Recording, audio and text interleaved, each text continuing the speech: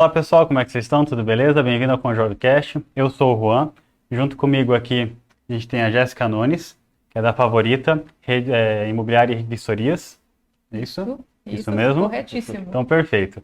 E hoje a gente vai falar um pouquinho, dar uma abordagem um pouquinho diferente sobre energia solar. E junto com a gente tem aqui o Maico Us. Tudo bem, Maico? Como é que você está? Boa tarde, Boa tudo tarde. ótimo, graças a Deus. Bom, para quem não sabe, o Michael ele é da Ambiente Energia Solar e a gente vai bater um papinho falando um pouquinho sobre energia solar, sobre como que funciona e tudo mais. Então, muito bem-vindo, obrigado por estar aqui com a gente e vamos Eu lá. agradeço o convite.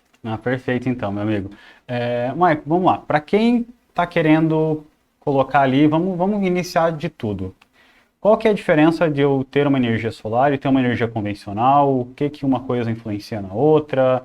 Né? Dá para ser simultâneo? Não dá? Vamos começar aí, pelo menos uma introduçãozinha disso. Legal. Hoje, aqui no estado do Paraná, pelo menos, a gente tem uma concessionária de energia que ela provém toda essa eletricidade que as casas recebem para poder fazer seus processos. Hoje, a concessionária de energia cobra mais ou menos um valor de 83 centavos para estar distribuindo essa energia para os seus clientes, 83 centavos por quilowatt transferido. Uma residência padrão hoje gasta em média seus 300, 400 até 500 quilowatts se o cara não tiver um gasto muito alto. Qual que é a função do sistema fotovoltaico aí dentro da casa do cliente ou do comércio do cliente? Qual que é o grande objetivo de você fazer esse tipo de investimento? Você consegue produzir a sua própria energia por meio de um sistema eletrônico. Tá? Lembrando que a energia que você produz, ela entra como se fosse um meio de compensação energética dentro da casa ou do comércio do cliente. Como assim compensação energética?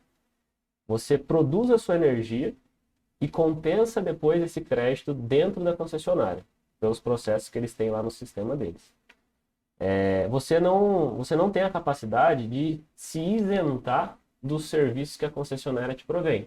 Então, mesmo você produzindo a sua própria energia, você ainda vai ter alguns custos, né, alguns pequenos gastos referente a alguns serviços que a concessionária ainda vai te prover. Então, qual que é a grande diferença de você ter ou não ter um sistema solar? Se você não tem, você vai pagar o valor integral da fatura de energia com todos os serviços que a concessionária te provém, né? A utilização da rede, tributos adicionais, ICMS em cima da transferência de energia. E quando você coloca o sistema de energia solar, as únicas coisas que você fica retroativo para você arcar de custos são a transferência noturna, tá? Que a gente chama de TUSD, a gente pode explicar isso depois no momento mais oportuno, e o mínimo referente ao padrão de energia da casa. Tá? Então, se a gente tem uma residência que está no meio rural, por exemplo, residências que estão no meio rural, elas costumam ter um padrão de entrada monofásico rural, que a gente chama. Tá? É uma ligação 220, mas ela é monofásica. E quando a ligação é monofásica, a concessionária te obriga a pagar uma demanda de 30 kW pelo menos. Uhum. Vamos exemplificar. O cara consome 600 kW lá na propriedade rural dele. A gente dimensiona o sistema de energia, que vai produzir para ele lá 680, 700, 660, sempre tem que ter uma margem de segurança. O cara está produzindo mais do que ele consome.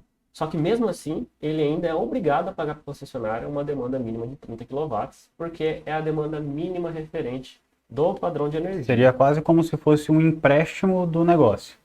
Assim, É quase isso, tipo um empréstimo da rede para estar chegando, alguma coisa ou não? Não entra nisso? não é um empréstimo, mas é como se fosse um serviço que a concessionária cobra para você utilizar a rede deles. Entendi. Tá? Então, assim, existe um padrão, né? Ele tem um relógio de entrada na casa. Esse relógio ele tem uma tensão e tem uma quantidade de fases que entram lá dentro, né? E por isso que a gente diz que se ele é monofásico, bifásico ou trifásico, tá? Então a gente tem o bifásico é 220, né? A gente tem trifásico 220, tem trifásico 380 também.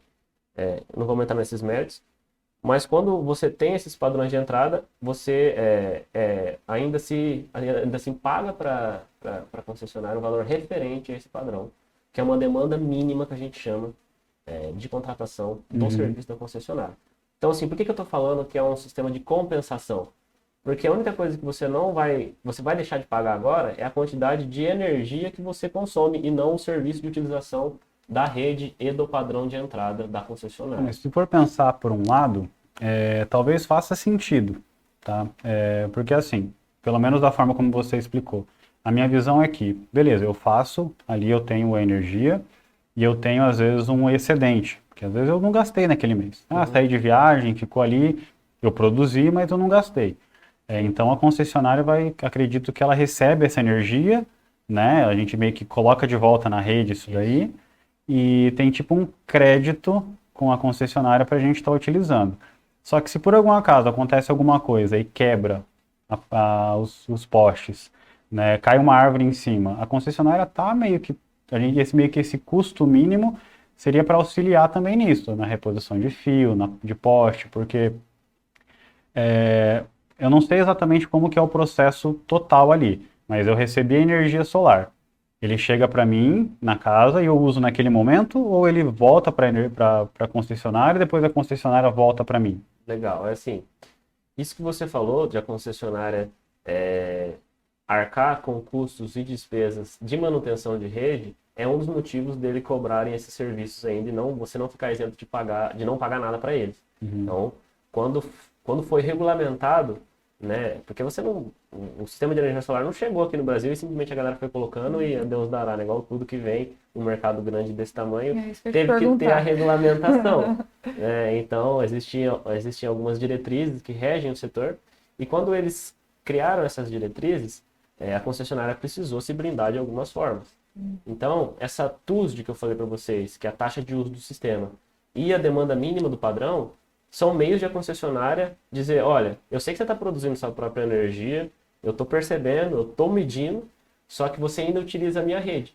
Então, por você utilizar a minha rede, eu preciso cobrar por esse serviço. Porque, assim, o maior ativo da concessionária não é a energia que ela produz. Porque a energia, ela meio que nem produz, ela pega da hidrelétrica, pega da usina... Ela só distribui, e ela né? distribui isso. Assim, eu vou abrir um parênteses agora. No setor de energia elétrica, a gente tem 3 segmentações. Tem as distribuidoras, tem as transmissoras e tem as geradoras. Né? A geradora é aquela que produz energia por meio Seria Itaipu, por exemplo. O nosso maior exemplo aqui seria a Itaipu, que é uma geradora hidrelétrica. Né? Mas existem algumas geradoras eólicas e geradoras solares também. Então é um mercado que está em expansão ainda, mas acho que a matriz brasileira é cerca de 70% a 80% hídrica. Né? A gente tem as transmissoras, que são as empresas que atuam no segmento de buscar essa energia da geradora e colocar nas centrais de alta tensão, e tem as distribuidoras, que são aquelas empresas que pegam a energia da central de alta tensão e distribuem para as casas. Tá? Então é segmentado dessa forma. A Copel ela é uma distribuidora, só que ela está entrando também agora no ramo de geradora, que ela está fazendo alguns investimentos, mas isso não vem ao caso. O fato é que quando você tem um ativo gigante, bilionário, que diz respeito a fiação, rede de alta tensão, as estruturas que suportam essa rede e as centrais de alta tensão, você tem custos para operar esses ativos, né? Que repassa para nós aí na nossa conta final lá na ponta. Então imagina só, ele já cobrava valores referente à utilização desses ativos e cobrava também para dar essa energia para as pessoas. E ainda continua cobrando, porque hoje no Brasil, cerca de 8% da população tem energia solar. Então tem um mercado muito grande ainda para a gente poder nadar de braçada. Mas com relação ao custo de operação, eles cobram esses valores para poder ter as manutenções das redes deles. Isso é fato. Tá? Como o setor solar começou a dar um boom nesses últimos 4, 5 anos, eles estão, né, as concessionárias e distribuidores estão buscando outros caminhos de rentabilizar os negócios deles, que é fazendo investimentos em geração de energia também. Tá? Então, assim, sobre a sua pergunta, esses custos que ficam de residual na fatura do cliente, eles servem para a concessionária monetizar e manter os ativos que eles têm girando de uma forma bem linear, sabe? Não, perfeito. Não sei se eu respondi a sua pergunta. Sim, com certeza. O que compõe, de modo geral, ali o sistema fotovoltaico? Eu não posso só simplesmente ir lá e comprar uma placa solar e botar em casa que não vai funcionar, acredito eu. Ah, tá, legal. Não é, o sistema ele é dividido, eu costumo dividir ele Eu divido ele em dois setores só, né? Em duas partes, que seriam os módulos e o inversor, né? Mas existem os periféricos também. Quando você vai instalar um sistema de energia solar, primeiro você dimensiona, sabe quanto que o cara gasta, e isso vai definir a quantidade de módulos, que são as placas que você vai colocar no telhado da pessoa, ou vai colocar no chão. Cada cliente tem sua particularidade. Mas o sistema ele é dividido em módulos. Esses módulos eles são feitos de silício, é um metal condutor. E toda vez que esse módulo ele recebe uma incidência luminosa, luz e não calor, ele começa a produzir corrente elétrica. Tá? Então, quando ele produz corrente elétrica, a gente tem uma forma de energia. A energia que é gerada nas placas, ela é uma energia de natureza de corrente contínua. Tá? Então, a gente precisa de um componente eletrônico para converter essa energia em corrente alternada para ser passível de utilizar nos eletrodomésticos, na lâmpada, em tudo que tem na casa ou no comércio do cliente. Vamos lá rapidinho, para a galera que não está muito familiarizada com esses termos. A parte técnica. Exato. Corrente contínua seria como se fosse uma bateria, uma pilha. E corrente alternada é o que a gente utiliza no dia a dia, na tomada ali. Corrente contínua é uma natureza de energia que não tem oscilação, e a corrente alternada é uma natureza de energia que tem oscilações de frequência. Não, eu falo assim, mais para deixar, tipo assim, exemplificar mesmo. Corrente contínua é como se fosse uma pilha. Você coloca ali, ela vai tendo o consumo dela até acabar, zerou. Não é mais ou menos isso. Bem por cima ali. Tá. E a alternada é o que a gente tem hoje na rede elétrica normal de casa, né, na tomada. Seria mais ou menos essa separação mais comum que a gente tem ali no nosso dia a dia. É a mesma coisa, você só muda a natureza dela. Entendi. Tá? Eu falei da diferença de corrente contínua e de corrente alternada, porque a grande função do inversor, que é um componente eletrônico que vai fixado na parede, ou a gente trabalha também com microinversores, que é aquele que vai fixado direto na placa, fica em cima do telhado. A função desses caras é fazer essa conversão da natureza da energia que foi gerada lá nas placas. Então eu só trouxe esse assunto porque se a energia que fosse produzida lá na série das placas já viesse em corrente alternada, não teria motivo para você estar utilizando inversores, tá? Mas o inversor, então, ele converte, né, muda a frequência, né, faz oscilações na corrente, porque todos os equipamentos eletrônicos hoje no mundo, no Brasil e no mundo, funcionam em corrente alternada. Então você tem que ter esse componente para fazer essa conversão, e ele que vai distribuir depois para o quadro de energia da casa do cliente. Então o sistema, voltando à nossa pergunta, o sistema ele é dividido em módulos e inversor. Junto do inversor, a gente tem alguns outros componentes, que são alguns dispositivos de proteção que a gente instala também, né? Porque a nossa empresa ela busca trabalhar com produtos que têm uma qualidade mais alta no mercado. Por quê? Porque isso vai facilitar eu não ter que fazer manutenções, voltar a fazer manutenções, e o cliente faz um investimento que é um investimento de 20, 25 anos, paga um pouquinho mais caro? Paga, mas ele faz um investimento para ele poder dormir tranquilo. Junto do inversor a gente tem alguns DPS, que a gente chama, que são dispositivos de proteção contra surto, e a gente tem as caixas de disjuntor, que é como se fosse um interruptor mesmo, que é aquele cara que vai cortar ou não a distribuição do inversor para enviar ou não essa energia para luz, computador, micro-ondas, para casa do cliente. Se não ter esses DPS que protegem, o que pode acontecer? Legal. O DPS, como o próprio nome já diz, ele é um componente que vai minimizar possíveis danos ao sistema fotovoltaico. Um curto-circuito, por exemplo. Basicamente. Pode queimar a placa, se não tivesse esse protetor. A placa não, mas a conexão entre as placas e o inversor, porque assim, os nossos ouvintes aqui não conseguem ver, né? Mas a gente imagina que as placas estão em cima do telhado, precisa ter uma conexão entre as placas e o inversor que fica lá embaixo da casa do cara. Então tudo isso é passado pelo forro, pelo telhado, desce, né, o conduíte e faz essa ligação. Entre essa ligação da casa e o inversor, a gente instala um DPS antes do inversor, que é uma energia que chega de natureza de corrente contínua, e a gente instala um DPS depois que passa do inversor, que aí já é a saída de energia de corrente alternada. Esse DPS ele simplesmente vai diminuir oscilações de tensão na rede, tá? E vai deixar o cliente com um investimento mais seguro, tá? Uma constância no fornecimento da energia. Assim, o próprio nome já é bem autoexplicativo, sabe? É um dispositivo de proteção.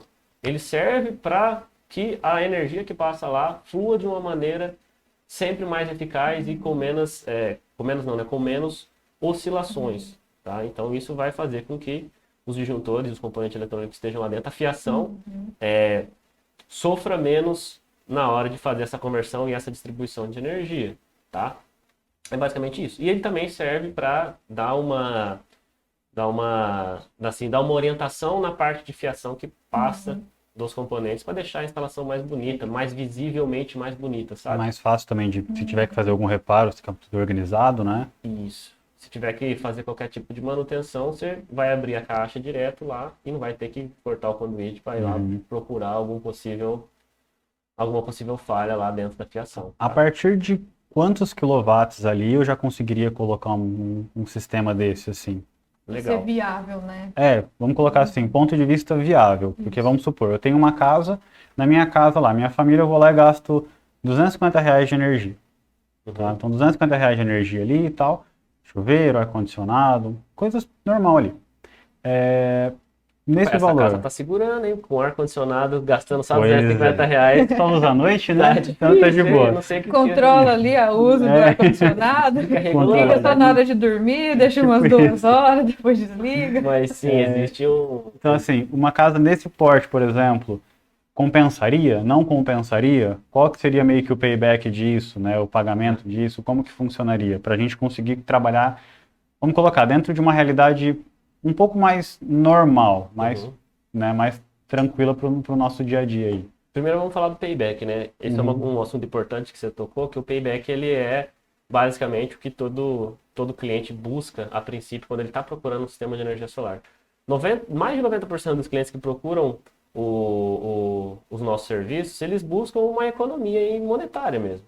Mas o sistema ele provém outros benefícios que a gente pode falar depois no final.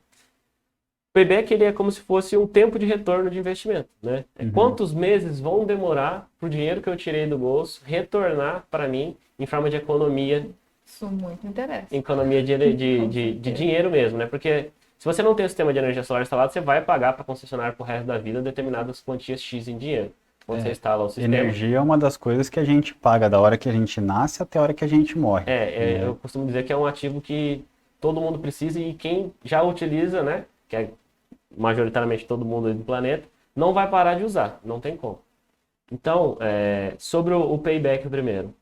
Os nossos sistemas, eles costumam girar na faixa de 4 a 6 anos e meio, depende do porte do sistema, para ter um retorno sobre o investimento que o cara tirou do bolso. Tá? Então, tirou aqui 30 mil do bolso, em média, daqui 4 anos e meio, 5 anos, esse dinheiro retorna para o cara em forma de economia de energia, que seria um valor que ele iria pagar para a concessionária se ele não tivesse o sistema.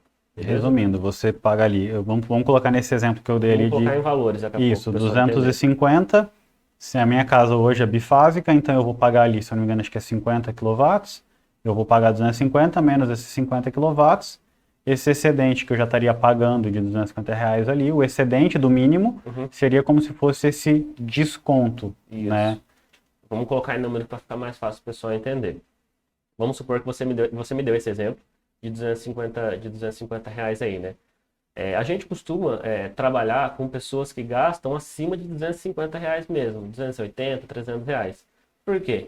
Porque se você tem uma casa trifásica, por exemplo, e o cara já vai ter um residual aproximado que ele vai pagar para papel, cerca de 80, 90, até R$105. Por quê? O mínimo é 100 kW, vezes o valor do quilowatt dá R$83, mais a taxa de uso do sistema, que vai dar mais ou menos aí 10 centavos por quilowatt transferido. Se o cara gasta 300, vai mais uns R$30. Então aí já dá R$110 mais ou menos que o cara vai pagar. Então se ele gasta 250, 260 e ainda vai sobrar um residual de 110, ele vai ter uma economia só de R$110, R$120, que daria só 50% de economia da fatura que ele paga. Então quanto menor o consumo da pessoa, menos viável é ele ter um sistema de energia solar. E o contrário também é verdadeiro. Quanto mais o cara gasta, mais compensa ele ter um sistema de energia solar, porque vai ser mais discrepante a diferença do que ele paga para o residual que sobra. Tá? Então vamos colocar em números. Um cara que gasta R$300 por mês de energia, ele vai ter um consumo aproximado ali de uns 340, 350 kW de média. E ele vai Se ele for um sistema bifásico, ele vai continuar pagando R$ 80. Se for um monofásico, ele vai pagar 60, 70. E se for trifásico, ele vai pagar 100, 110, 120. Depende, tá? Depende da natureza do consumo dele. Se ele consome muito de noite, ele vai pagar mais um TUSD. Tá? Agora vamos explicar o TUSD, porque a gente está falando em números. O TUSD é a taxa de uso do sistema. Então, se você gera 300 kW durante o mês, só que você só consome de manhã e à tarde 100 kW, 200 você está consumindo no período noturno. E quando você consome no período noturno, existe um processo dentro do sistema e da concessionária que funciona da seguinte forma. Eu produzi a energia de manhã e de tarde, mas não consumi. Mandei o excedente de 200 lá por mês para a rede. Toda vez que eu for consumir ele de volta na parte noturna, a Copel vai estar mandando de volta para minha casa. Só que daí ela basicamente fala, cara, eu sei que essa energia é sua e foi você que produziu. Só que você está utilizando a minha rede para buscar ela de volta. Eu estou armazenando e estou te mandando ela de volta. Então eu vou cobrar 10 centavos por quilowatt transferido. Isso é o TUSD. Tá? Então, se eu gastei 200 kW no período noturno, eu vou pagar um TUSD de R$ 20, que hoje está dando 10, 11 centavos por quilowatt. Então, é isso que engloba o mínimo da fatura. Qual que é a tensão de entrada do padrão e quanto que ele utiliza o sistema de distribuição para fazer transferências de crédito. Tá? Seja para ele mesmo ou seja para um beneficiário. Né? A gente pode entrar nesse assunto depois, que a gente consegue cadastrar também unidades beneficiárias no sistema de geração. Eu posso ter na minha casa compensado. E usar em outro lugar. Isso, basicamente é isso. Então, finalizando, só para responder a sua pergunta. Qual que é qual que é assim, a faixa de corte, né, para a gente poder conseguir trabalhar com o cliente? A gente busca trabalhar com pessoas que gastam acima de 280, 300 reais. Porque daí eu já consigo trazer um payback que não é tão longo. Porque imagina só, o cara está economizando só 120 reais, né? E ele vai pagar lá 16 mil, 18 mil, 20 mil no sistema. Cara, vai demorar 8 anos para ele ter um payback. 8 anos e meio. Agora você pega um cara que gasta R$ 1.500 por mês no comércio e ele vai ficar com um residual só de 120. Entendeu? É R$ 1.400 de economia, R$ 1.350 de economia para a pessoa, né? E essa diferença, quanto mais discrepante ela é, mais rápido tende a ser o retorno de investimento. Grandes usinas, por exemplo, têm ali 3 anos e 12 meses, 4 anos e meio de tempo de retorno. Porque a diferença de economia que o cara vai ter, ela começa a ser maior do que o preço do produto vai subir na medida de quantidade de placas que a gente instala. Né? Então é uma relação que funciona mais ou menos dessa natureza.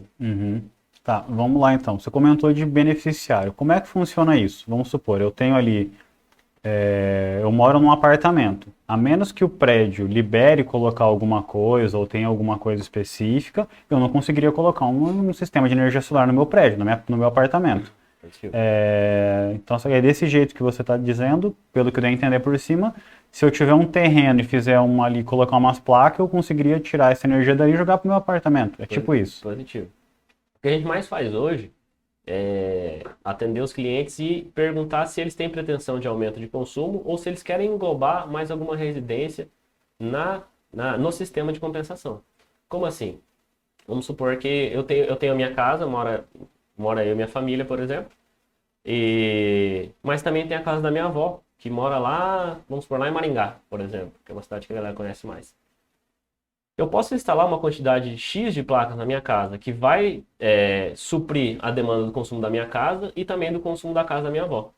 E aí o que eu faço? Eu cadastro a unidade consumidora dela, que está lá em Maringá, junto no processo e coloco ela como sendo uma unidade beneficiária do sistema gerador. Então, todo o excedente de energia que vai ser produzido na unidade geradora, eu envio para o beneficiário.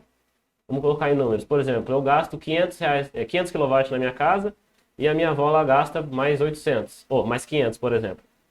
Então eu faço uma usina de 1.100, né? Consumo 500 na minha, tenho um excedente de 600 ainda.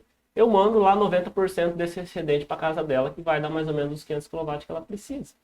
Então esse seria um sistema de compensação energética, né? A gente chama de autoconsumo remoto. Né?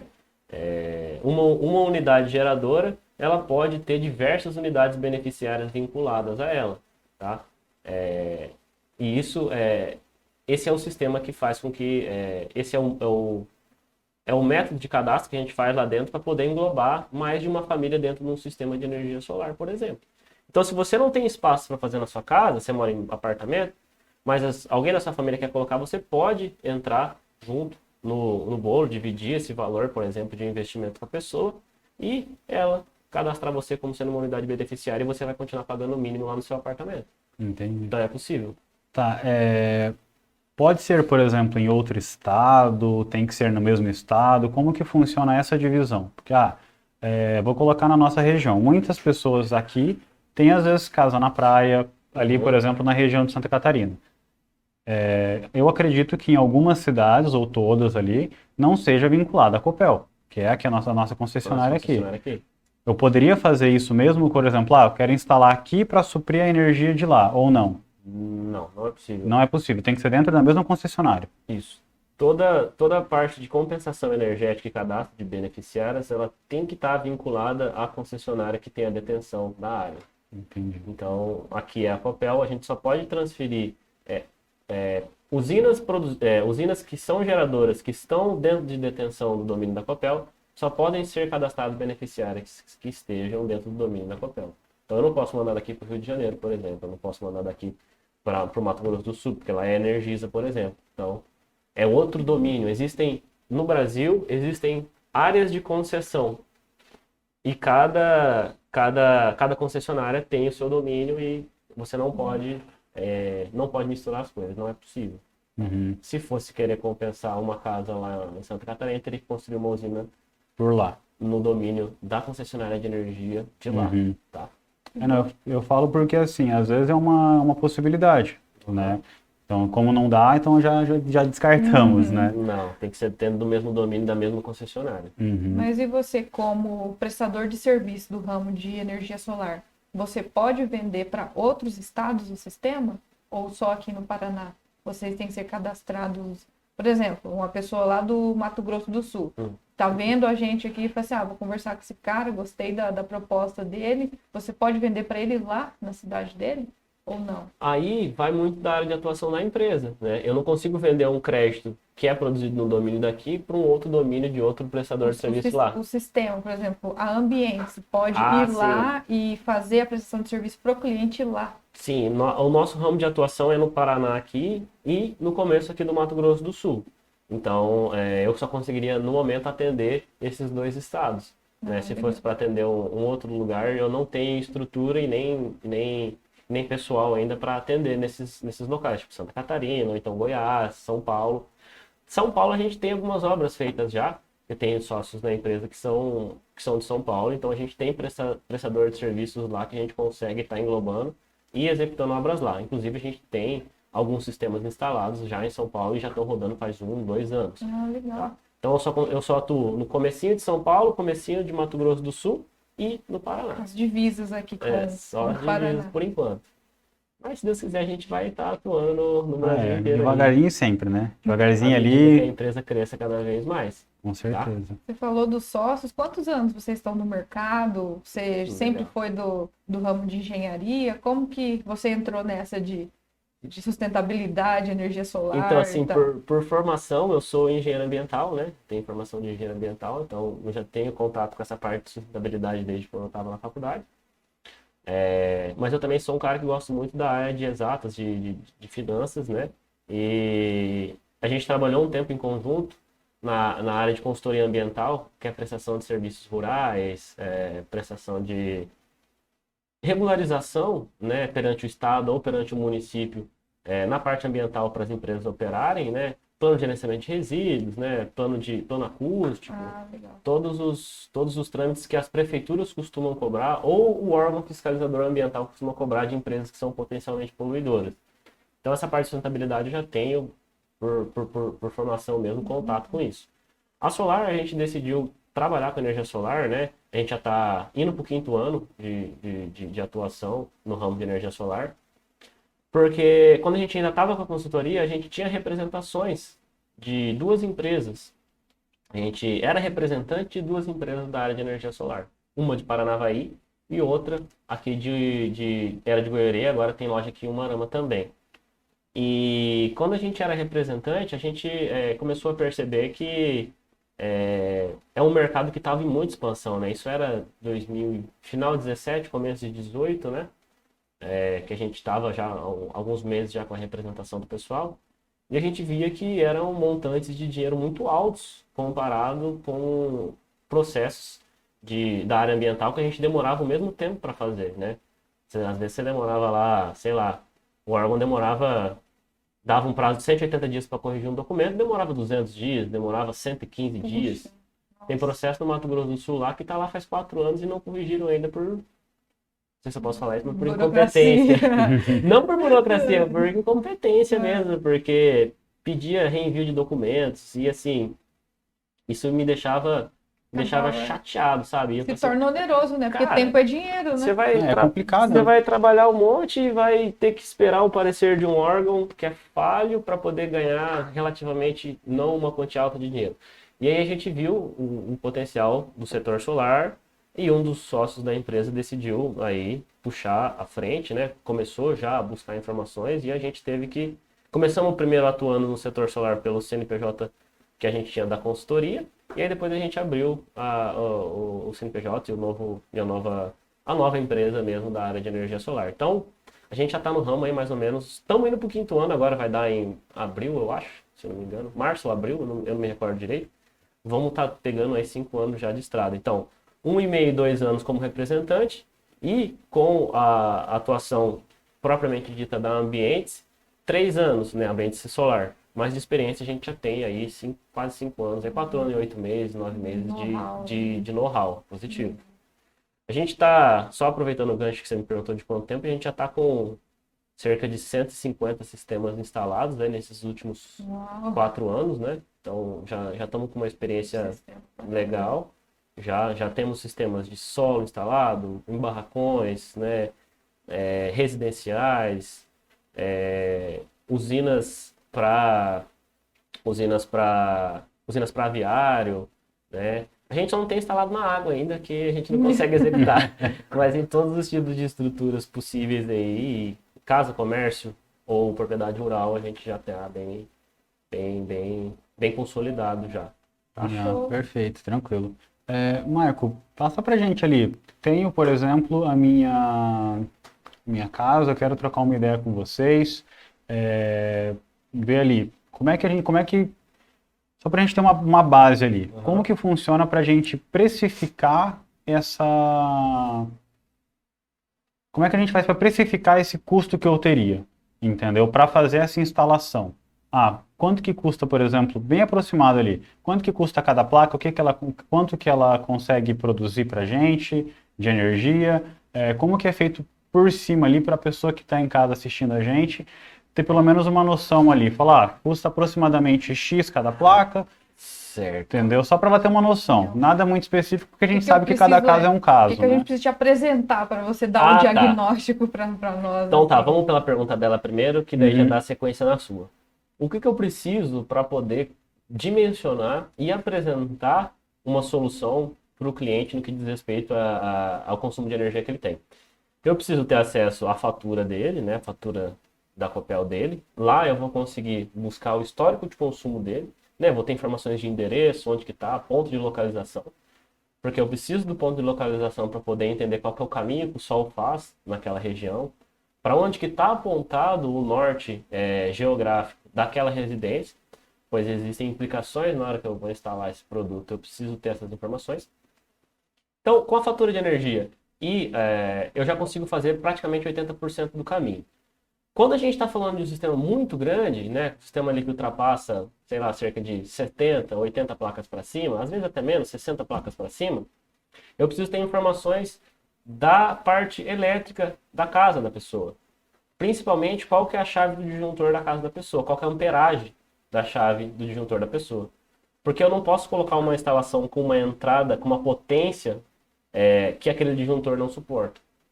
Aí eu vou acabar queimando a instalação da casa da pessoa ou dando problema no meu sistema propriamente dito. Então eu tenho que saber qual que é a chave geral da casa da pessoa, qual que é a amperagem dessa chave, para saber quantas placas eu posso instalar sem comprometer aquela chave.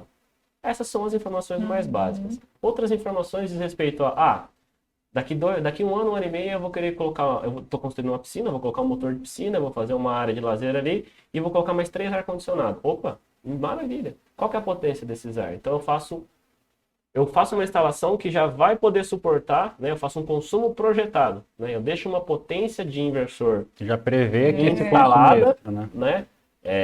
Lá na casa do cara, instala uma quantidade X de placas hoje, que é o que ele vai precisar pelo primeiro e segundo ano, e depois quando ele for ter esse aumento de consumo, o meu sistema já consegue receber mais 3, 4, 5 placas para poder fazer o abatimento desse legal. consumo projetado, tá? Voltando agora na sua pergunta que diz respeito a como que eu dimensiono, né, esse sistema. E quanto que custa, né, em média, cada placa aí poder ser instalada. Não dá para passar um valor médio de quanto que custa cada placa instalada, porque quando o sistema cresce muito, esse valor muda. Então, assim, acredito que para sistemas de até 30, 40 placas, uma placa instalada custa na faixa de 2.200 a 2.500 instalada, né? Por que eu falo que vai mudar? Porque a potência do inversor precisa mudar quando o sistema cresce muito. E isso afeta o valor da placa instalada. Tá? Quanto mais potente, acredito, mais caro se torna também o equipamento, mais ou menos por essa linha. Mas quanto maior o equipamento, fica mais barato o custo-benefício pelo consumo do cliente, tá? Isso é um assunto que a gente pode abordar depois. Mas assim, até 30, 40 placas, cada placa instalada custa na faixa de R$ 2.500, vamos colocar aí. Então, Nos dias atuais, né? Nos dias atuais. Então, se você for colocar um sistema de 10 placas, hoje a gente comercializa ele na faixa de 23, 24, 25. Tudo vai depender também de qual que é o modelo de placa de inversor que eu estou instalando, porque isso é um grande desafio no setor, porque nossa empresa, por exemplo, trabalha com grandes players do mercado hoje, né, no que diz respeito à fabricação de módulos e fabricação de inversor. Então, um sistema que vai produzir aí 1.000 kW para uma pessoa, você consegue encontrar ele na faixa de, estou dando exemplo, tá? Na faixa de 40 mil, mas você também consegue encontrar na faixa de 36. Por quê? Porque você está trabalhando com produtos diferentes. É a mesma coisa de você comprar uma bisteca de porco e comprar uma picanha. As duas vão te alimentar, mas uma tem um preço, porque ela é mais difícil de se conseguir, e a outra tem outro preço. No que diz respeito aos materiais eletrônicos, a diferença de preço se dá pelo posicionamento da marca do fornecedor, né? Vou colocar em exemplos aqui. Por exemplo, Canadian Solar, Trina Solar, Da Solar, SolarEdge, são empresas que já estão aí há 20, 30 anos no mercado e os produtos deles são mais caros do que você comprar produtos de outros fabricantes. E isso afeta o valor final do sistema do cliente e vai afetar também o payback. Só que o cliente precisa ter a percepção de que às vezes ele pagar 8% a mais no sistema de energia solar é melhor, porque o investimento que ele vai fazer ao longo de 20 anos não vai dar dor de cabeça para ele, né? A gente tem mais fácil acesso a suporte, né? O integrador tem mais tranquilidade na hora de fazer a instalação, porque sabe que não vai dar problema. Igual a nossa empresa gosta de trabalhar muito com o Growth, né? Que ele é um dos mais caros do setor, mas tem 89 obras instaladas com esse inversor, eu acho. Não, acho que são mais. Nesses últimos 3 anos, 89 obras instaladas com ele e nenhum dele deu problema até hoje, né? Então você paga ali 8, 10% mais caro do que comparado com um Solis, Daisun, por exemplo, paga. Mas você tem essa segurança de que é um produto de altíssima qualidade. Então a gente tem que também tentar entender que o cliente quer receber. É muito daquilo assim, às vezes o barato que sai caro, né? Você vai pagar às vezes Isso um é pouco mais possível. barato e tal, mas aí você não consegue ter toda a performance que você consegue, toda a performance que poderia conseguir por uma diferença muito pequena, né? Assim, você instalar um produto de, vamos colocar assim, classe A e classe B para ficar mais fácil. Se você instalar um produto de classe B, por exemplo, ele vai te entregar os 1.000 kW. Vai, normal, igual um produto de classe A, só que existe uma segurança maior em você fazer essa instalação, sabe? É diferente você trabalhar com produto. Ele tem particularidades na área técnica que é diferente, que dá uma segurança maior pra gente. A gente tenta transmitir isso pro cliente. Fala, ó, é R$ 2.000 mais caro esse kit aqui, porém eu recomendo você trabalhar com ele porque eu já tenho muitas obras com esse kit e eu sei que ela não dá problema, né? Eu já tenho mais fácil acesso ao suporte, mais fácil acesso a pessoa que, se der algum problema, vai ter que ir lá para fazer um relatório técnico para poder mandar para garantia. Então, ele não tem um valor maior à toa, né? Existem motivos por trás disso, tá? E você me perguntou também sobre a geração. Hoje no mercado existem placas de diversas potências, né? Quando a gente começou a trabalhar, 4, 5 anos atrás, por exemplo, a gente trabalhava com placas de 350 watts, né? Tinha até 410 na época. Hoje a gente só trabalha com 550 watts, né? Porque as de 450 já estão mais ultrapassadas, né? Como a gente gosta de fazer uma coisa mais top de linha possível, a gente só trabalha com as placas de maior potência que tem no mercado, porque eu sei que ela vai demorar mais para ficar desatualizada. Então imagina, você vai fazer um investimento comigo agora de 30 mil. E eu consigo, em vez de colocar 10 de 500, coloco, por exemplo, 13 de 450. Vai te gerar o mesmo tanto de energia. Só que vai passar daqui 7, 8 anos, se você tiver um problema na placa, vai ser muito mais difícil encontrar uma de 450 à venda do que uma de 550. E já pensando na questão do payback também, né, que é de 6 a 8 anos, já tem que pensar principalmente na qualidade que você vai estar adquirindo, né? Isso. E às vezes não necessariamente porque você está pegando ali uma placa de 450, você vai estar colocando às vezes 3, 4 placas a mais para ter o mesmo resultado. Às vezes 3, 4 placas a mais é mais caro do que você colocar as 10 da outra. Isso é uma coisa que não dá para afirmar, mas pode acontecer. Tanto quanto pode acontecer o contrário. Um kit de 13 placas de 450, às vezes é mais barato do que 10 de 550. Né? Então a gente tem que mostrar para o cliente os caminhos e perguntar para ele qual que ele quer trilhar. Você quer preço? Tá, eu consigo trabalhar com esse material alternativo aqui, mas eu recomendo que você trabalhe com esse, pagando 10% a mais aí, mas botando a cabeça no travesseiro para dormir tranquilo por 20 anos. Não, bateu o pé, eu só quero saber de economia. Tudo bem, vamos trabalhar com isso daqui. Só que saiba das consequências que pode vir a acontecer caso você decida tirar esse dinheiro do bolso para fazer investimento nisso daqui. Né? Hoje, cada placa, eu não sei dizer a de 450 e as de 300, 410, porque eu só trabalho com a de 550. Mas uma placa de 550 hoje, na nossa região, tá? É muito importante lembrar isso, porque aqui na nossa região a gente tem uma incidência luminosa de watt por metro quadrado diferente de lá do Mato Grosso do Norte, por exemplo, que é maior. Né? Então, aqui na nossa região, uma placa de 550 gera na faixa de 68,8 kWh mês. Né? Então, se você gasta aí 600 kW por mês, eu sei que com 10 placas eu vou te atender, porque eu vou estar gerando uma faixa de 680. Né? Então, essa é mais ou menos o tamanho dessa placa? Só para a gente ter uma noção assim por cima.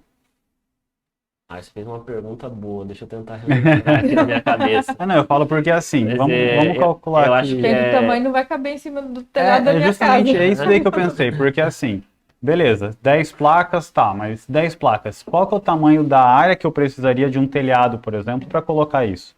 Porque às vezes não é qualquer casa que vai caber 10 placas. Sim, hoje a gente faz um cálculo em média de mais ou menos 2,86 metro quadrado por placa. 2,86. Metro quadrado daí, por placa. Então, se você vai colocar 10 placas, precisa de pelo menos ali 29, 30 metros quadrados para poder fazer a instalação. Tem que sempre ter uma margem de segurança a mais, porque a gente precisa deixar um caminho de passagem. Para manutenção, instalar. Para possíveis e tal. manutenção, né? E para instalação ou limpeza, bem lembrado. Então, assim, eu tenho 30 metros quadrados, consigo colocar 10 placas? Consigo. Mas se eu tiver um acesso pela lateral, é o melhor, porque eu preciso fazer manutenções no futuro. Então, eu tenho que deixar sempre um caminho de passagem, porque, assim, o instalador não pode subir em cima da placa. Não é recomendado você subir em cima da placa, porque existe possibilidade de danificação do componente eletrônico. Mesmo o vidro sendo temperado e muito resistente a impacto físico, você ficar em cima dela caminhando, você produz outra frequência de impacto e isso pode vir a dar possíveis problemas de geração. Então, a gente tem que sempre ter os caminhos de passagem para a própria instalação e para as próprias manutenções ou limpezas que podem vir a acontecer. Mas pode deixar aí na sua cabeça mais ou menos uns 2,8 metros quadrados. 3 metros quadrados cada placa. Tá com bastante folga. Tá com bastante folga aí, tá? A isso eu estou falando de uma instalação num telhado. Se eu estiver falando de uma instalação em solo, por exemplo, que é uma estrutura metálica que suporta essa quantidade de placa, aí o cálculo é diferente. Aí é mais ou menos uns 8 metros quadrados por placa instalada. Por quê? Porque tem que ter corredor de passagem, a estrutura, ela ela tem uma inclinação que ocupa uma área que é muito maior do que esses 3 metros quadrados. Eu tenho que fazer uma casinha, né, uma espécie de casinha de alvenaria para guardar os componentes eletrônicos do inversor e os DPS e os disjuntores. Então, a gente faz um cálculo de mais ou menos aí 8 metros quadrados por placa instalada quando é no solo rural, tá?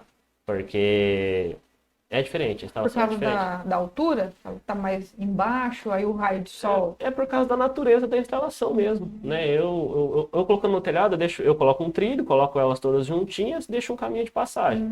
Entendi. Agora, quando eu vou colocar no chão, eu coloco a estrutura de inclinação, chumbo ela, aí eu tenho que dar uma distância X de uma linha para outra, para essa linha não fazer sombra na primeira. Então, Entendi. existem todos esses cálculos aí, que no final das contas ocupa uma área de mais ou menos uns 8 metros quadrados aí por placa, quando é feita a instalação de estrutura metálica em solo, tá? Tem que comprar um sítio mesmo para fazer compra uma um usina sítio, aí a gente solar. faz uma usina solar e mas distribui Tem para geral. bastante espaço. Mas 8 metros quadrados é tranquilo, é bem de boa, vixe. Uma propriedade de 1.000 metros quadrados, por exemplo, que é um investimento que a gente vende, né, créditos também, né? A gente está agora num segmento que é construir usinas para investidores e essas usinas gerarem uma quantidade X de energia e aí eles venderem isso para uma cooperativa de energia. Essa cooperativa vai comprar esse crédito e vai distribuir para os clientes deles. Então a gente também não faz investimento só para o cliente abater o próprio consumo dele, a gente faz investimento para pessoas venderem energia, tá? Isso é uma novidade no mercado ou é algo que Isso já vem aqui em essas Umuarama, cooperativas de energia? aqui em Eu nunca tinha ouvido Umuarama, falar em também nunca cooperativa tinha de ouvido. energia. aqui em Umuarama nós somos a primeira empresa que tem parceria com um escritório, com uma cooperativa que está fazendo esse tipo de business, né, que a gente fala. Então, no Brasil não é nada novo, muito menos lá fora, mas aqui na nossa região eu não conheço muitas empresas que fazem isso. Eu só conheço concessionárias que produzem as próprias, cooperativas que produzem a própria energia e vendem para o consumidor final, né? Isso já existe bastante. Mas agora uma empresa que tem uma parceria com uma cooperativa e a empresa busca investidores para construírem usinas e venderem para a cooperativa e a cooperativa vender para o cliente final dela, eu só conheço a gente aqui na região. Então é um terreno que a gente está começando a explorar agora, tá? Só aproveitando a brecha que vocês me derem para fazer um merchan. Não, é legal fazer. isso, porque até uma das curiosidades que eu ia perguntar para você, porque como eu sou do mercado imobiliário, muitas pessoas vendedores de energia solar procuram a gente, pedindo indicação, né? Até oferece uma comissãozinha lá, querendo que a gente... Eu também trabalho nesse sentido. no Vamos conversar em off comissionamento. depois. Vamos negociar. Só que aí os clientes, o cliente final, né, meu cliente, ele pergunta assim, Jéssica, eu tenho medo de fazer um investimento em um sistema de energia solar e lá na frente taxar, eu ter que pagar, por exemplo, o valor da prestação do investimento e o governo taxar o sol, fala muito em taxação do sol. Essas cooperativas seriam já uma preparação para essas intempéries que estão por vir, né? Essas coisas igual taxação, porque pode ser que se torne inviável o cliente ter o sistema, por isso que está aí saindo essas cooperativas para fornecer energia mais barata. Eu acho que não. Porque muita gente tem um medo assim, de futuramente, tipo assim, eu vou fazer o investimento, mas depois vai cobrar uma taxa lá e vai sair do mesmo jeito, deixa do jeito que está. Olha, até onde eu tenho conhecimento, eu não sei te afirmar se vão taxar e como eles vão taxarem essa produção da sua própria energia e se isso vai vir a acontecer ou não. Não me preocupo muito com isso, mas pode acontecer? Pode. Mas eu acho difícil eles fazerem manobras para frear um setor que tem um crescimento anual gigantesco, sabe? Eles vão querer participar da festa também, sabe? Então eles não vão sufocar o setor ao ponto de ele começar a ser inviável. Isso eu tenho quase certeza. Eles, eu falo, são os governadores, né? O pessoal que regulamenta o setor, a Associação Brasileira de Energia Solar, seja quem for. Eu acho que isso pode vir a acontecer de uma maneira gradual, que é o que já está acontecendo, né? A partir de 2023 vai ter um encargo tributário um pouco maior na transferência de crédito, no TUSD, que eu expliquei para vocês, já vai ter. Por isso que no final do ano agora a gente está correndo quanto tempo para fazer o máximo de usinas possíveis e aprovar o máximo de projetos possíveis, para esses clientes não pegarem esse reajuste de forma integral. Mas as cooperativas, elas entram mais no sentido de Cara, imagina só, uma pessoa que tem uma metalúrgica, por exemplo. Teve um cliente esse ano que eu peguei, que o cara tinha um consumo, né? Infelizmente ele não fez o projeto, né? Não com a gente ou com outra pessoa, mas ele não fez. Mas ele gastava 60 mil reais por mês de energia. Nossa. E um barracão só. Caramba. Então, assim, para o cara fazer uma usina desse, ele vai gastar alguns milhões para fazer.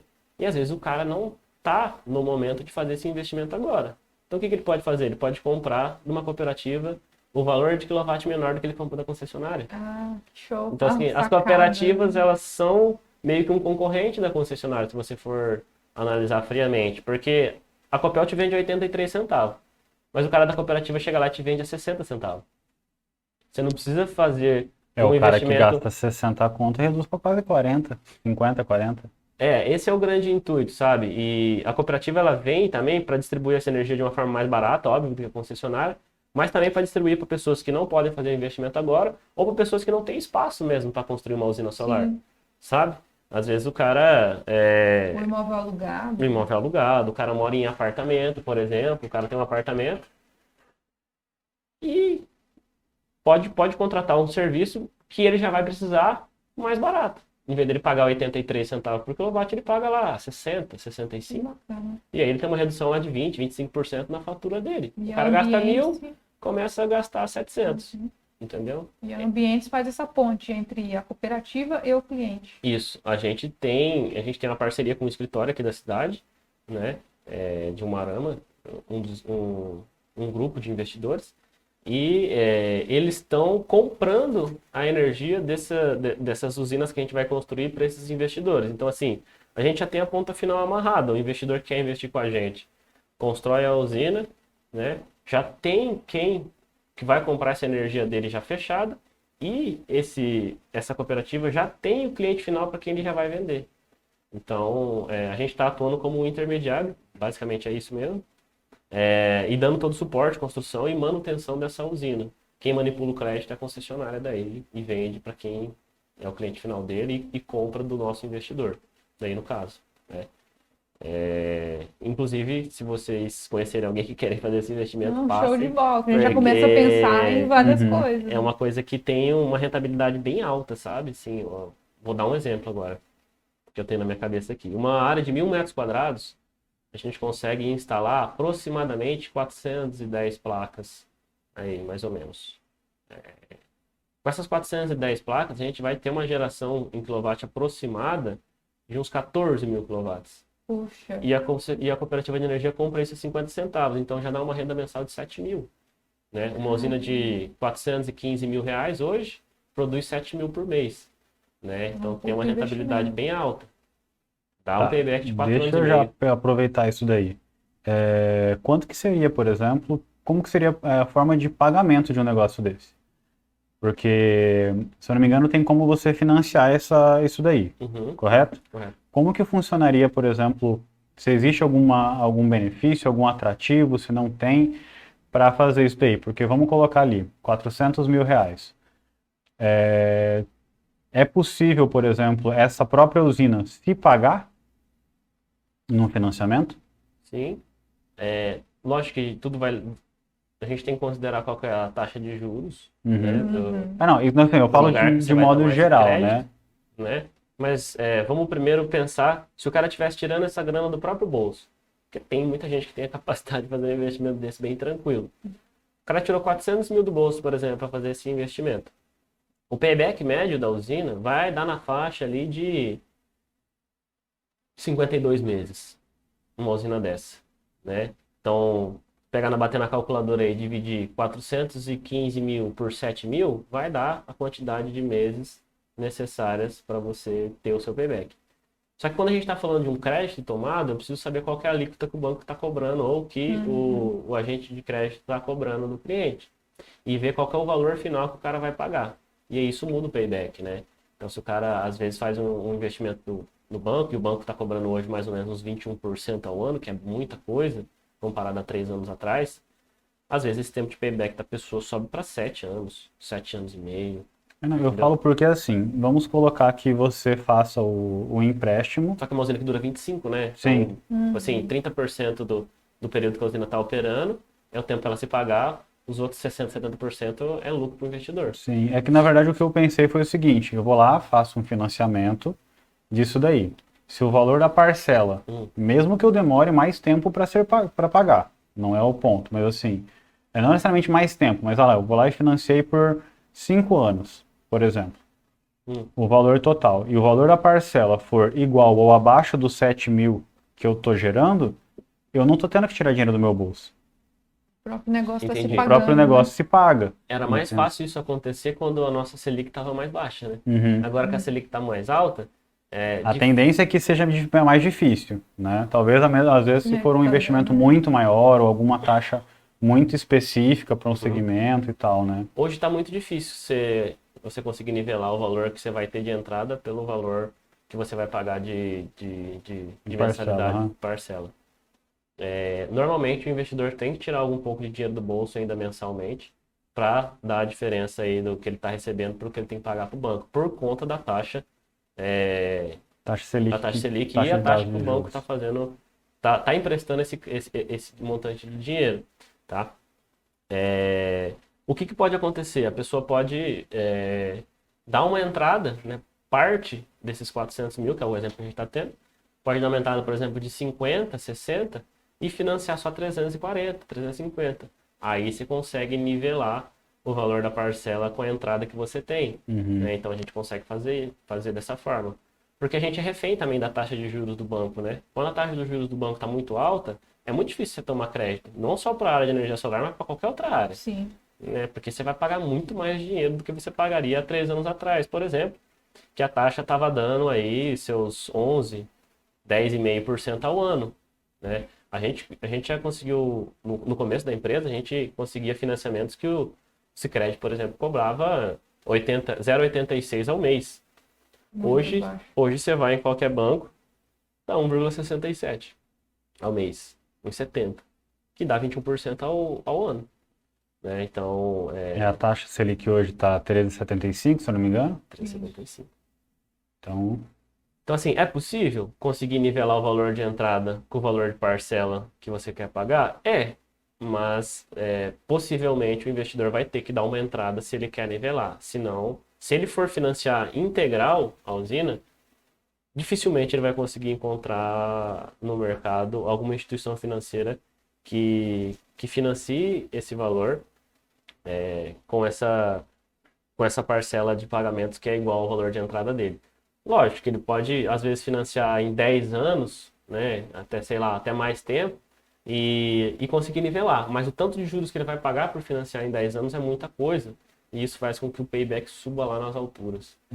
Então, é tudo uma questão de análise. Tem que analisar. Tem que analisar Cada a caso um usina, caso, né? tem que analisar o momento do investidor, tem que analisar se ele vai dar entrada ou não, tem que analisar o material que ele está querendo comprar, porque às vezes se ele quer pegar um material que é um pouco mais barato no mercado, e às vezes esse valor de 415 cai, né? E deixa um montante de investimento menor. Então, cada caso é um caso. A gente precisa colocar isso no papel para poder nivelar. Mas, assim, de maneira geral, é muito difícil você tomar um crédito integral que seja no mesmo valor da entrada que você está tendo da usina por conta da taxa Selic hoje, tá? Então, se a gente estivesse falando isso 3 anos atrás, era muito possível. Porque a gente já fez vários casos que eram possíveis. O cara gastava R$ 450 por mês, fazia um financiamento lá no Sicredi, ou Cicobi, ou Santander, Itaú, sei lá, de 5 anos, e ele pagava 430 para o banco. Então ele trocou 6 por meia dúzia. Ele já ia gastar esses 450. Só que agora ele está pagando por 5 anos aí o banco, e depois ele vai ter investimento por mais 15, 20 anos dele, gastando o mesmo montante de dinheiro que ele iria estar isso gastando. daí era a técnica do dinheiro infinito, né? Nessa época, porque você gastava o dinheiro dos outros, não pagava a mesma coisa que você já ia pagar e tinha resultado para você ainda. Você ainda consegue trabalhar com dinheiro de terceiro hoje, mas está um pouco mais salgado. Uhum. Mas o sistema ainda não deixa de ser viável, totalmente viável, porque Sim. ou você faz o investimento e produz, ou você paga pro resto da vida para concessionária. São escolhas, né? Se por algum acaso, a gente está falando até agora só sobre utilizar as coisas da concessionária, de ter ali vinculado com a Copel ou com qualquer outro, em qualquer outro estado aí, né? Que acredito que seja meio que, não exatamente igual, mas talvez bem parecido em todos os estados. Não dá pra gente afirmar, porque não é o nosso caso aqui. Mas, e se eu não quiser usar nada da concessionária? É possível fazer alguma coisa sem utilizar ela? Hoje é possível. É possível você fazer um sistema que a gente chama off-grid, né? Tudo que a gente vem falando agora é um sistema on-grid, né? Que ele é ligado ao concessionário de energia. Mas é possível sim fazer um sistema off-grid, só que o tempo de payback é muito alto. Porque um banco de baterias é muito caro hoje. Então você montaria um sistema interligado a um banco de baterias e armazenaria essa energia, né? Então você teria que fazer um cálculo, né? A gente teria que fazer um cálculo de quantas baterias, quais baterias e qual a potência e quanto que a gente conseguiria armazenar e por quanto tempo. E instalaria o sistema e não injetaria o excedente de energia na concessionária. Injetaria no banco de baterias. Então é possível. Tem sistemas instalados no Brasil que são off-grid, mas eu não trabalho. Eu não tenho nenhuma instalação dessa. Por quê? Porque a viabilidade econômica ela não é tão atrativa ainda. Mas eu acredito que no futuro vai ser, porque eles vão conseguir otimizar o processo de fabricação e o banco de baterias vai ficar mais barato. Hoje é muito caro você adquirir um banco de baterias, né? É muito caro mesmo, né? Eu não sei nem te falar em valores, mas eu tenho certeza que um sistema off-grid é pelo menos 2 a 3 vezes mais caro que um sistema normal. Então, se você tem um payback de 5, 6 anos, 5 anos, vamos colocar no sistema normal, no banco de bateria você tem 12 anos de tempo de payback. Então, você não consegue mostrar para o cliente que aquilo é um baita do negócio, sabe? Às vezes o cliente quer. Quer porque mora numa área mais isolada, por exemplo. Que não chega a Um local energia. mais remoto. Até chega, mas a energia chega com muita falha, tem muita queda. E aí o cara tem vontade de pagar essa diferença para ter a comodidade de sempre ter energia no lugar. Então tem sim, tem instalações feitas aí off-grid no Brasil. Mas eu não tenho nenhuma instalada e não trabalho com elas ainda pelo fato da viabilidade econômica. Tá? Mas tem. Se for para misturar as duas, por exemplo, você comentou agora há pouco na conversa que tinha, por exemplo, alguns aviários e coisas do gênero. Aviário, se não tiver energia, pode dar muito problema dependendo do horário, dependendo da época. Dá muito problema. Então, assim, eu imagino que se eu tenho energia solar na minha casa, on-grid, né, usando a concessionária, se cair a energia da rede, eu continuo sem energia. Positivo. Certo?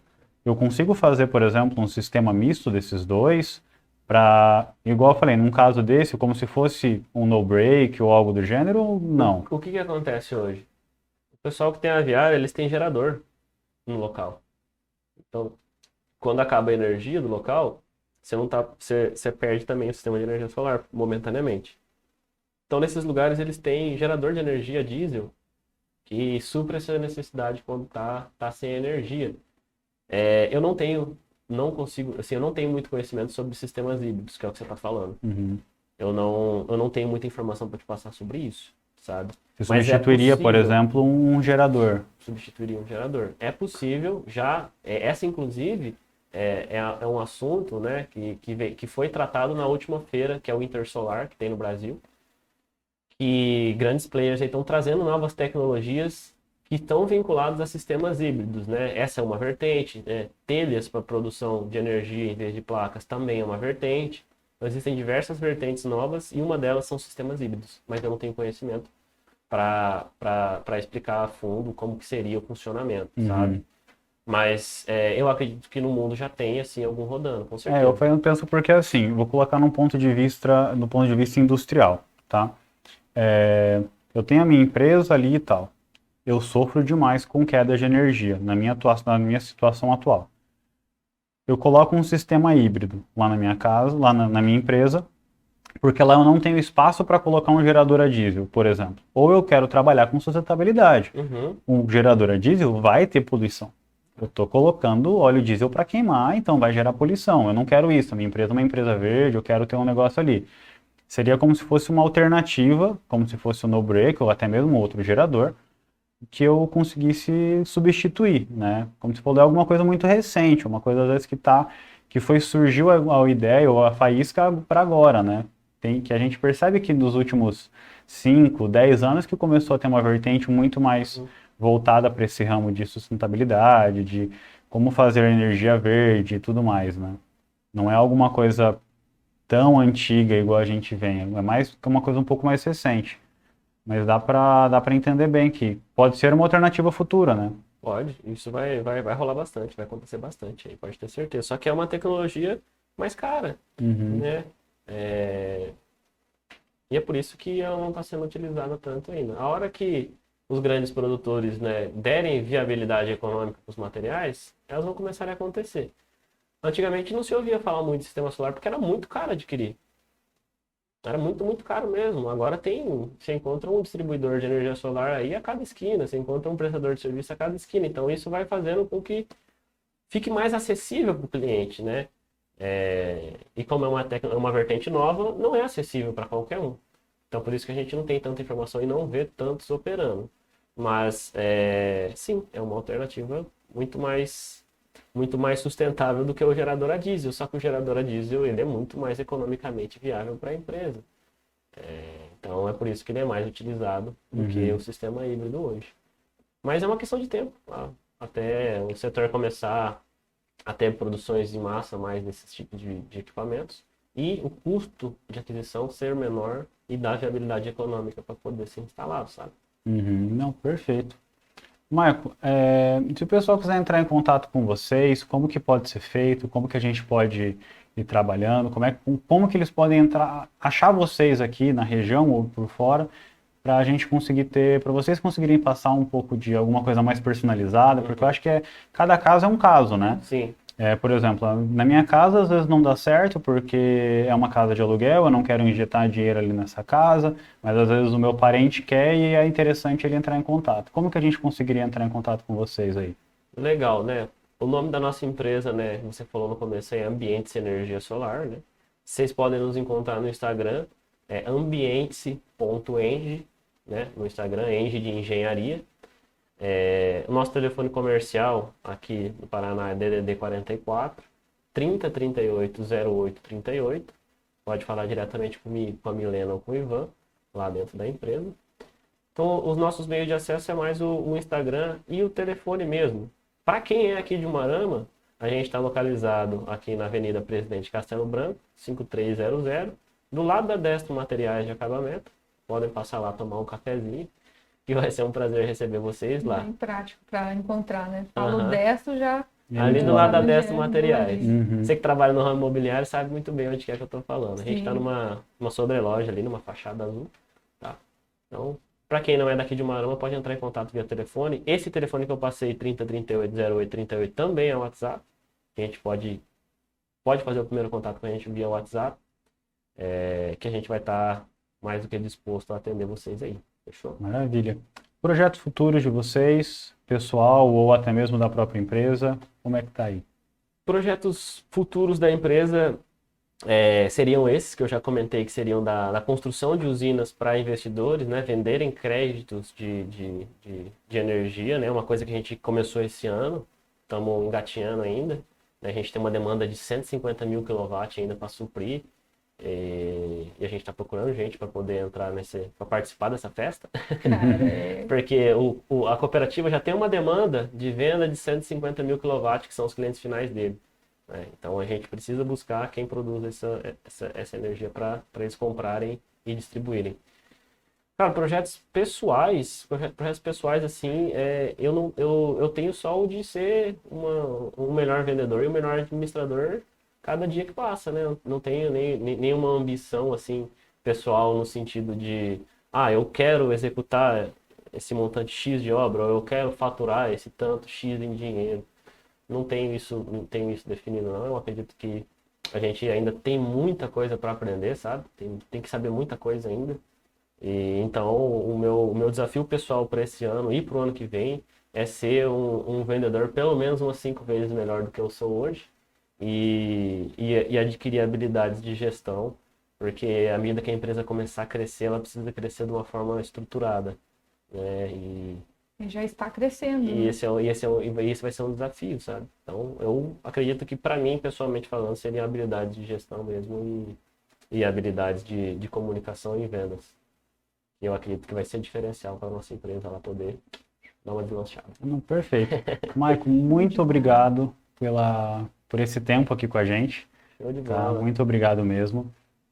Se o pessoal quiser seguir você ou se no próprio ambiente, redes sociais, quiser passar mais alguma, a pessoa Cara, às vezes. Eu não sou uma criatura que fica me movimentando muito no Instagram, não é muito do meu feitio, mas o meu Instagram é @husmaico, né? HUSS Maico. E o Instagram da empresa que eu já passei é o @ambiente.eng, tá? Sigam a gente lá nas nossas redes sociais que a gente posta direto aí, semanalmente, diariamente, algumas informações acerca do setor que a gente trabalha. Sigam a gente nas nossas redes sociais, é isso que eu tenho para dizer. Perfeito. Marco, Que a gente presta um ótimo trabalho. Com foi uma certeza. satisfação também poder conhecer mais. Tive uma verdadeira aula sobre energia solar, foi muito proveitoso. Vamos Bom. conversar aí também sobre futuras parcerias aí para a gente também estar oferecendo sempre o melhor para os Tenho clientes, muito né? interesse nisso, tenho muito interesse em entrar no ramo imobiliário aí. Né, tem uma demanda legal também, né? Porque Sim. os financiamentos imobiliários podem incluir os projetos de energia solar, né? Então, é Justamente. uma coisa que a gente pode já, pensando na sustentabilidade, oferecer para os nossos clientes, né? E vocês me encontram no Instagram, Jéssica Favorita, com Y2Ts, que é da imobiliária favorita, né? E a Rede Vistorias, que a gente presta serviço para outras imobiliárias fazendo vistoria. E é um prazer também estar com o Juan Muito aqui, obrigado. compartilhando informação. Com certeza. Pessoal, muito obrigado por estar acompanhando aí a gente.